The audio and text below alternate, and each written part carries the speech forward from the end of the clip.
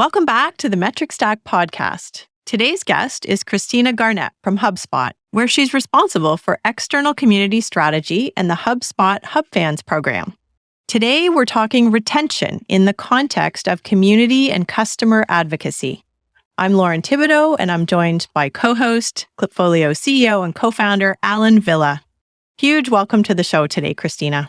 Thank you so much for having me. It's a pleasure. Yeah, awesome, Christina. And listen, maybe before we get started, give us a little bit of details, like the communities that you manage or that you're part of. How big are they for HubSpot? It really depends. So the ones that I have with the HubFans program, I've created it into two different pieces because gamification works for some people, but it isn't necessarily a carrot for everyone. So we have our gamified platform that we utilize, and we have over 28,000 people in there. We have over 3,000 who are actively engaged, taking challenges multiple times. And then we have over 650 people in our HubFans community micro group, as well as 150 members of our HubFans Council, which are our top tier advocates. Are the outcomes or is the purpose of these various communities, are they all the same, or are you segmenting just the way you segment kind of what their motivation is? So they're done as essentially an umbrella. And then within that umbrella, there are specific benefits and challenges based off of their motivations, what they're wanting to do, and what advocacy looks like for them. If you have one central way for people to advocate for you, I find that it's incredibly just limiting for you because you essentially will dictate almost like on a binary level whether or not it's effective based on whether or not people are choosing to do that behavior. And that's just not a truth indicator because they could love you, but that's not how they want to love you. If your whole thing is, I want you to create podcasts for us. Well, what if that person doesn't want to do podcasts, or they don't want to edit, or they don't know about what software they need? Or what if you want them to love you by making TikToks? Some people, that's just not how they want to love you. So I find that you have to be able to create multiple avenues for people to choose their own adventure, and then they will be more empowered to love you in their own advocacy language.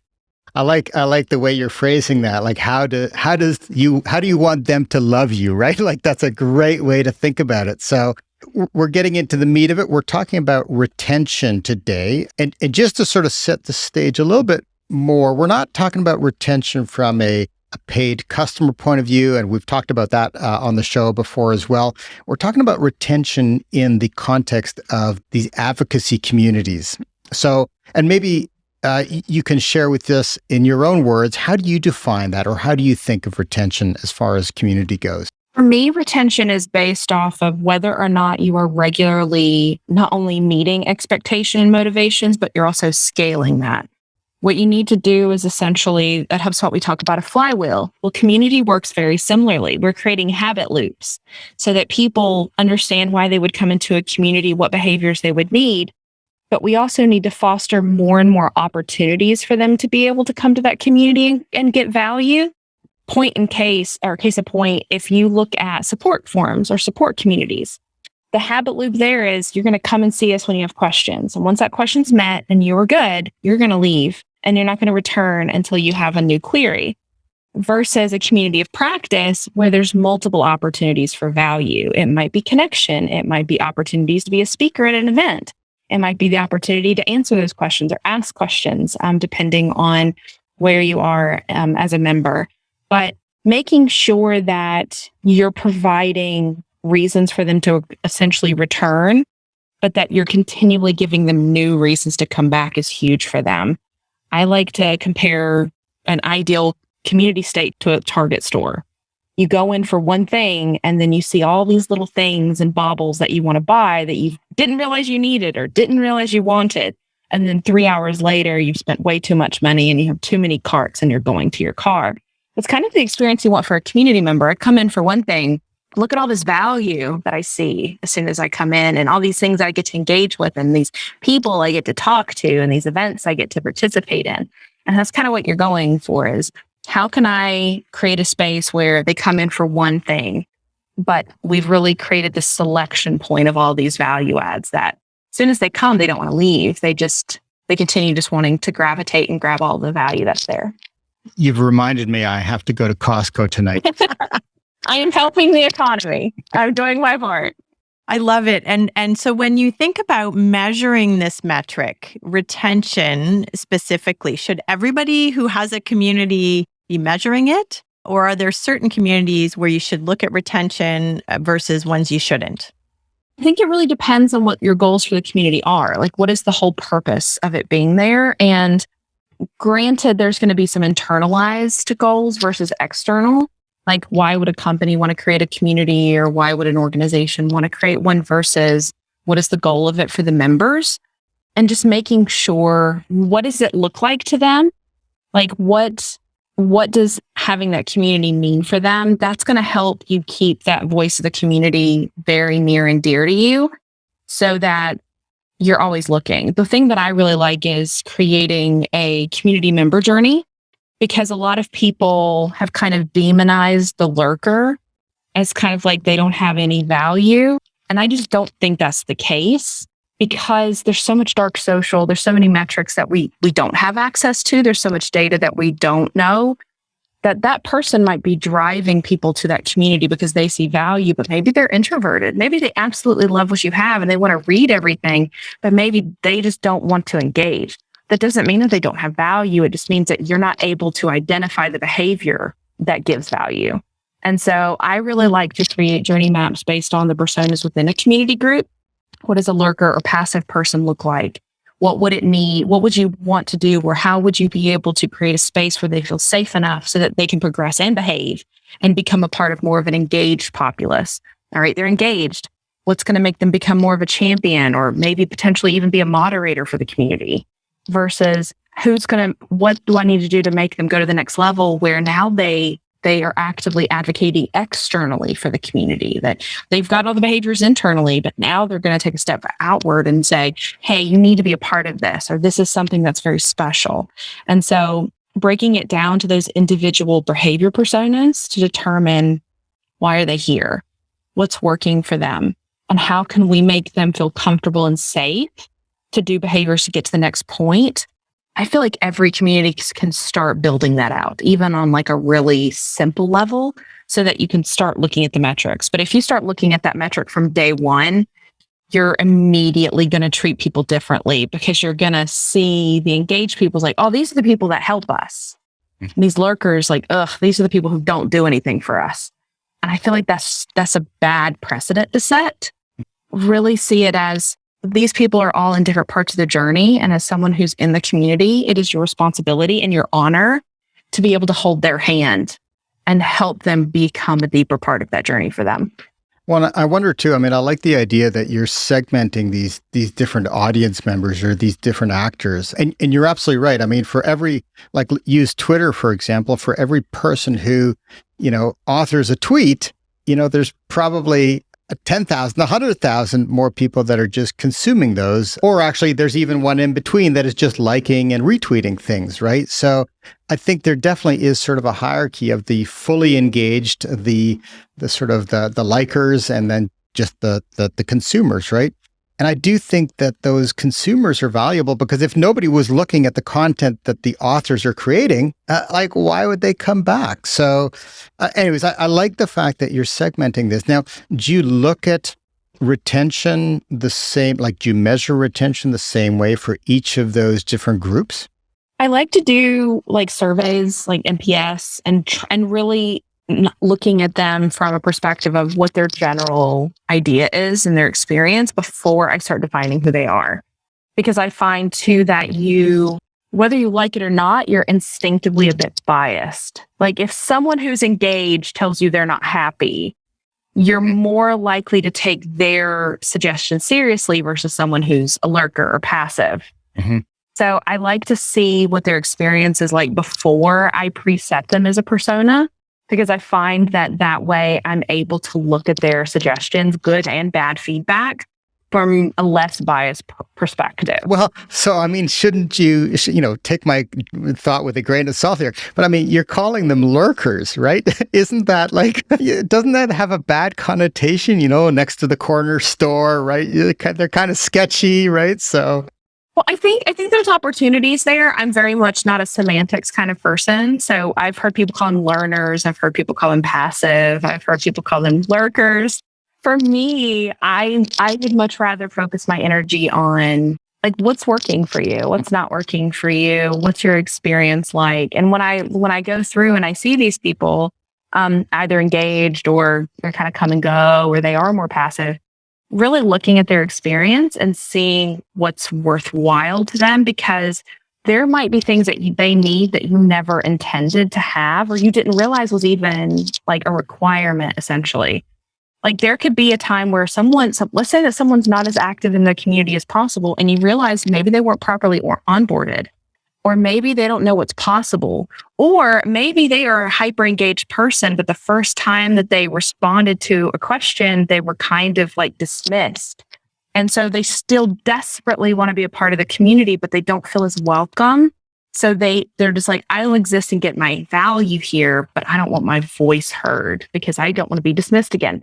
There's so many people who bring such value to an audience that need to be told shut up once, and they will never talk again. And it has nothing to do with like, they don't have anything to say or they don't want to say anything. It's that the opportunity to be ostracized again, that fear is greater than their need to connect. And so as community managers, I think that it's like, I think it's more important to identify why they are a lurker or passive than that they are one. Mm-hmm. Because you need to see like, what is the root of the problem? Like if they're introverted, like, good for you. Like, I don't want you to be uncomfortable and do a behavior that's not going to work for you. I'm just glad you're here.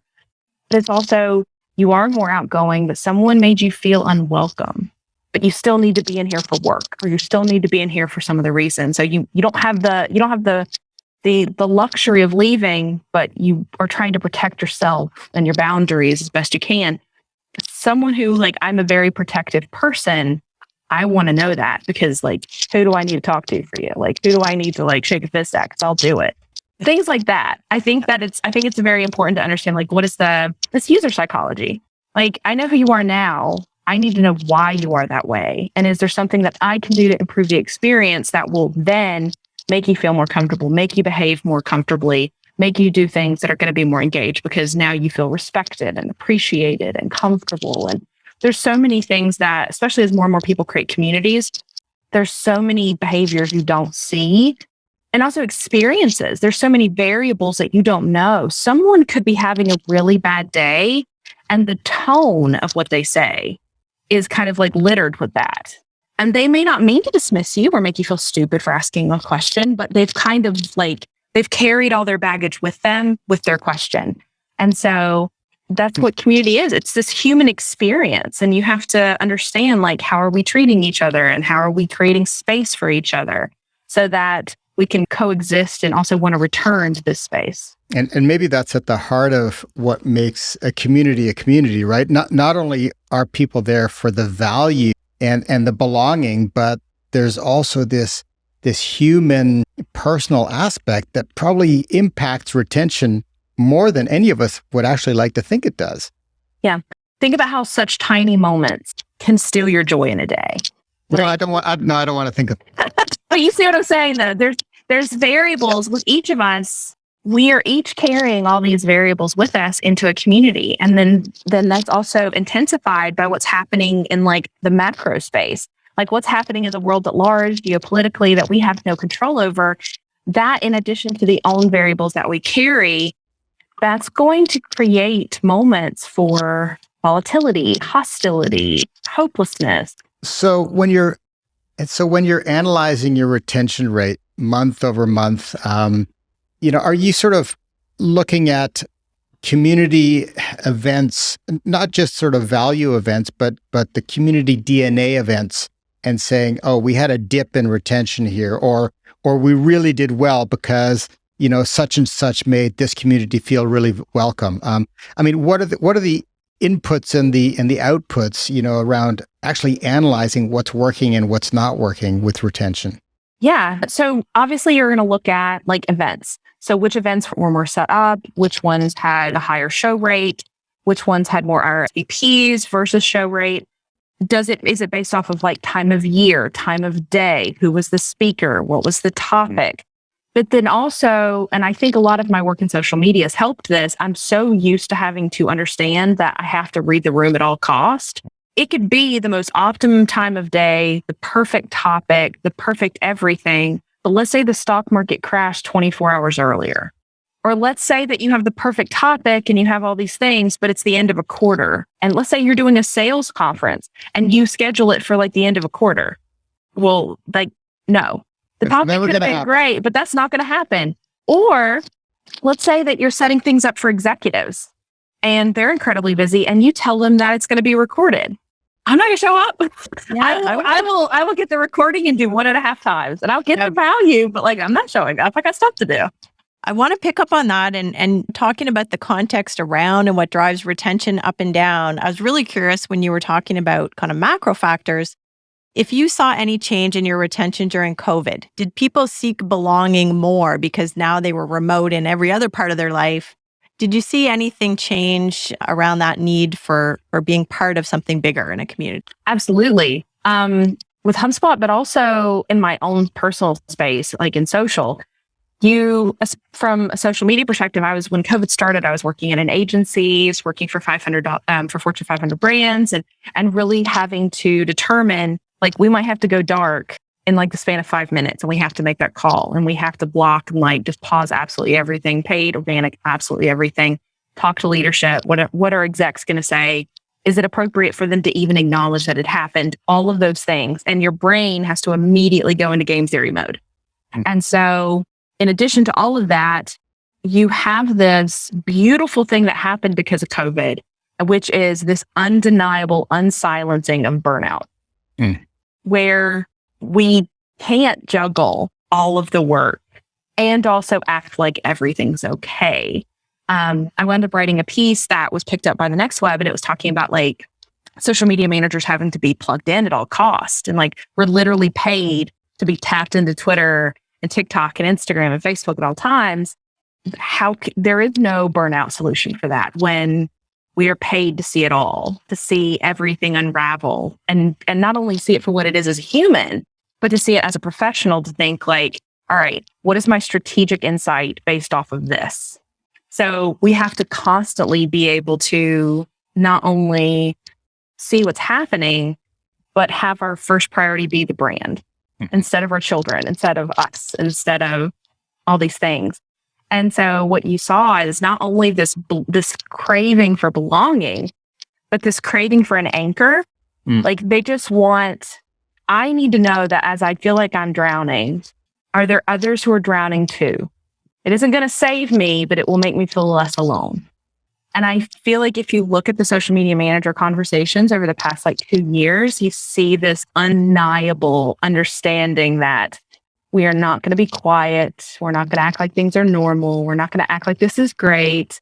We love our jobs, but that also doesn't mean that we can't acknowledge that this is a hyper stressful space. We have to be on during a 24-hour news window, understanding that there is no 9-to-5 social platform. Like, Twitter doesn't shut down. Like, they don't like close the API at 5 and be like, all right, it's been real. We'll see you tomorrow at 8:30. Like, that's not what happens. And so I think you have a sense of belonging. You have a sense of community. That's why community became such a buzzword. Community's been around for a while, like forever, for centuries. But it became this anchor. I need to know people who are going through what I'm going through. I need to know that I'm not alone when I feel helpless and full of despair or just stressed. And when you know there's not a solution, you seek camaraderie instead. Like, I don't know what the solution is. Now I'll just settle for not being alone. And so that was the biggest thing that I took from COVID is this, and that marketing Twitter too, just this desperate need to collect fellow souls that get it. Yeah, I mean, it's interesting. And again, I mean, if you think about it, and as you just sort of rolled it out for us there, it actually makes so much sense, right? Whether it's COVID or you have a technical problem that you need a solution to, whenever there's an unknown, you're looking for like-minded people to help in that solution, to share your pain, to share the solution, to find validation. And so COVID was this massive experiment that happened in the world, but every single community, should benefit from that same human psychology. Mm-hmm. Yeah. And I think that's the thing too, is making sure, and you see this in support forums, has anyone experienced this? Mm-hmm. What did you do? Yep. And so I hope that with the onslaught of everything that happened with COVID in the community space, that we leave with more empathy towards others, that we understand that we're collectively joining these spaces because we want to find a foothold. We want to find a place where we can learn, where we can be better, where we can feel like I'm not the sole person who doesn't understand how to do blank. And so I hope that that's happened. I hope that we've become a place where there's more understanding and more empathy when it comes to people who are new or joining or asking questions or anything like that. I hope so too. I think there's been areas where it has and areas where it hasn't. So we'll keep our fingers crossed, right? So for sure. I mean, we know what we're talking about here, right? So what other metrics do you look at when you're looking at kind of the retention health and that growth, of your community? What other sort of metrics, either top or bottom or length of stay or sessions? What other things sort of give you context when you're analyzing that retention health? I like to look at engagement, which is obviously a big metric that a lot of people in community look at.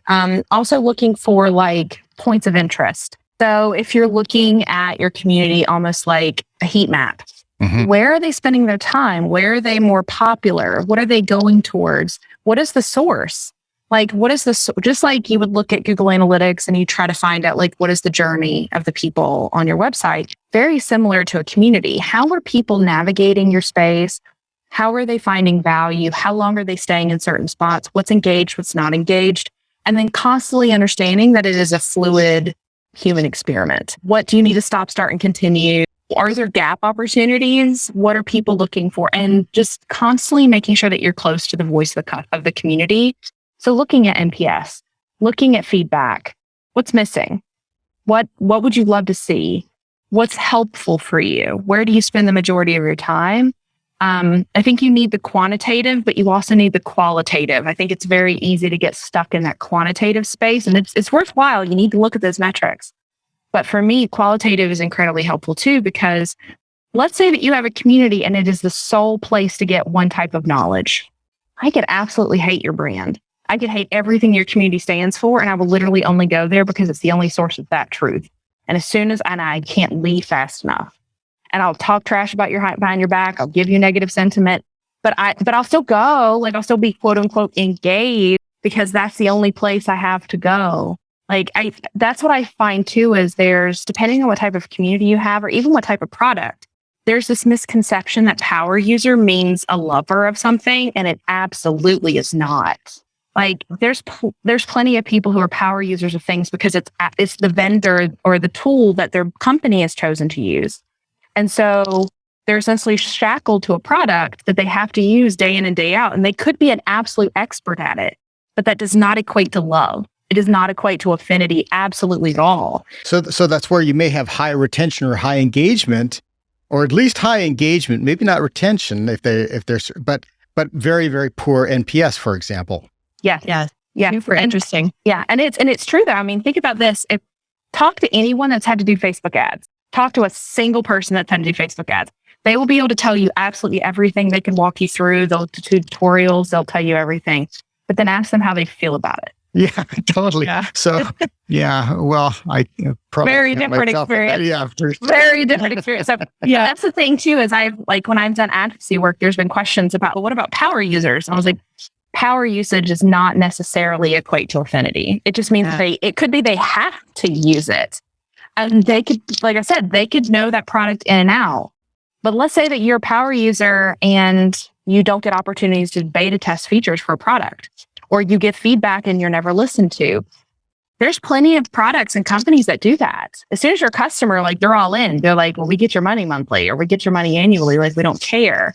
You have to constantly figure out, all right, well, you being in here every day doesn't necessarily mean you love us. It means you need us. Yeah. But it doesn't mean you love us. Well, I'm going to jump in, Christina. I love the way that you really are taking a customer-centric or a person-centric approach and talking about love and their sentiment in these communities. And companies set up communities in general to build, sales for the product ultimately, or keep that kind of flywheel going. How do you think about community-led growth versus product-led growth, or that relationship go to community and go to market? Yeah, no, I absolutely love community-led growth. And I kind of deviate away from conversations where it's one or the other. I feel like that's just another opportunity for silos that shouldn't be there. I think that product, like if you have a product team and you have a community team, that's a marriage. That is, or should be a marriage. That's an opportunity for you to go to the product team and be like, how would you like to know how our customers feel about it? How would you like to know what the daily hurdles are that they have when they're in the product? How would you like to know exactly what features you could create that could make their job easier and make them advocate for you? You're essentially saying, like, do you want all your market research and a walking, talking human that can give you everything you ever wanted to know and make sure you have market demand for any feature you have in the roadmap? There you go. Yes. Hell yes, sign me up. Exactly. So the product team gets validation. They get ideas. And if they're anything like the customers or partners at HubSpot, we have brilliant people who will not only tell you what they want, they'll tell you how they would actually implement it. They'll go in the ideas forum and be like, this is what I need. This is why I need it. This is how I would do it if I was going to hack it myself. So there's an opportunity for product to get that, but then community-led growth, you are literally putting your community and your customer in the driver's seat and saying, you know this product really well. Do you want to be a part of how it grows? Do you want to be a part of how it improves? Do you want to be a part of how it can really take your experience to the next level? And so what you've given them is you've given them empowerment and you've given them a sense of ownership. How many people would love a seat at the table? By creating that marriage between product-led growth and community-led growth, you are essentially giving your customers and your partners and your community a space at the table. So now the voice of the community, the voice of the customer is incredibly loud and clear. And then the features that they want, when they come to life, you have organic social right there. They're going to tell every single person that they work with, hey, you know this feature that exists because I asked for it. I came up with it. They are going to tell absolutely everybody, and they're going to be proud. They're going to have this sense of empowered ownership over something that they use. And that's actually how you turn a power user into a power affinity lover. They already have the use. Now, what if the people who know your product the best are now the people who love your product the most?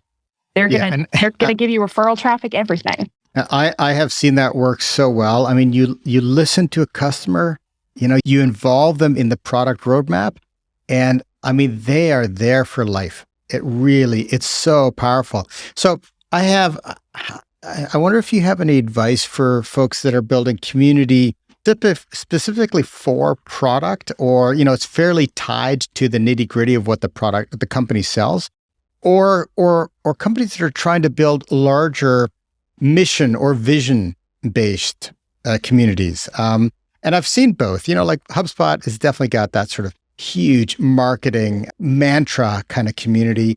And of course, I'm sure you guys have got the product communities as well that are much more nitty gritty. Do you have to think about it differently? I mean, is one for a different purpose? What are your thoughts there? Yeah, I think it really depends. So obviously in business, scale is like the big word that you eventually, whatever you build, you got to scale. That's just how it kind of always feels. And that's fine. But I have a lot of friends at work that will joke I talk in metaphor. So I apologize, but it will make sense. I like to see it like a party. Parties are great until there's too many people in the room. And then it's too loud. I can't hear my friends. The music is just like bass. I can't really hear anything. People are bumping into me. This isn't fun. What am I going to do as a human? I'm going to probably collect 2 or 3 of my friends and be like, hey, let's just go in the backyard and hang out. What I've done is I've been a part of an umbrella community, and now I've decided to create a micro community inside of that because I want to reestablish the value I had when it was smaller, more intimate. When you're growing and you're scaling things, the bigger and bigger it gets, the harder and less tangible the value feels, because now it feels like you're having to share that same value across like thousands of people. That's when you have to not remove the macro, you need to provide the micro. So now what micro communities can you create so that people can be like, all right, you're in the greater HubSpot community? Cool. But what if you really like content marketing? Why don't we create this little micro community for you? And now you have more of like a niche specific group. You can talk about specific things. you're more likely to find people who are more closely aligned to you. You can find your quote unquote people. That's what you're doing. So if you're starting from scratch, I would start with a CAB. I would start with the customer advisory board, start small, and let them essentially seed the community. They're going to be able to be that essential voice of the community starting off, and then you can decide what scale looks like on a macro level. As you grow and scale, cool, we're getting big. Everyone's coming into the house, massive party. Now what's missing for the people who want to segment down and be more niche? And so it's not really one or the other, it's a balancing act. So we're just sort of about to wrap up here, Christina, and I just want to ask, you've shared so many gems and love your anecdotes as well. Do you have any last words of advice? What should people really take away when they're thinking about retention of their communities? These are all humans. These are all real people. It's very easy in any type of business to see people as numbers, especially when you're trying to grow and scale. All of these people are humans. They all have individual needs. They have backstories and struggles that you probably will never know about. And so make sure that you're keeping them at the heart of everything that you're doing. Don't take them for granted. And if you have questions and you're not sure, ask them. They would love to have their opinion listened to. And don't just listen to the good. It's great to have feedback where people are like, this is amazing and it's perfect and I love it. And that's great. But also, I can't do anything with that. I can't action on perfection. Negative feedback and even neutral feedback, it stings, but it's honestly the most helpful because that gives you direction on what you can do to optimize and improve the experience. Christina, thank you so much. Christina Garnett, Community and Advocacy at HubSpot. I love it. So much sort of real, personal, empathetic advice on building and retaining your communities. Thank you so much. Thank you for having me. If you enjoyed today's conversation about metrics and data, be sure to check out Metric HQ, our online resource for the metrics that matter most to you and your business.